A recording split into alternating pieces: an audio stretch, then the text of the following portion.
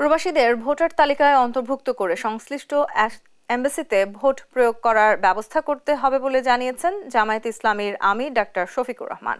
বুধবার রাজধানীর মগবাজার আল ফালাহ মিলনায়তনে কেন্দ্রীয় মজলিসের শুরার সদস্য অধিবেশনে তিনি এই কথা বলেন।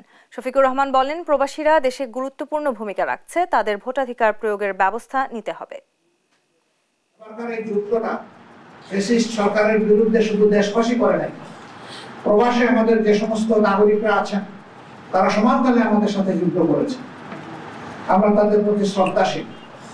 তাদেরকেও ভোটার তালিকায় অন্তর্ভুক্ত করতে হবে।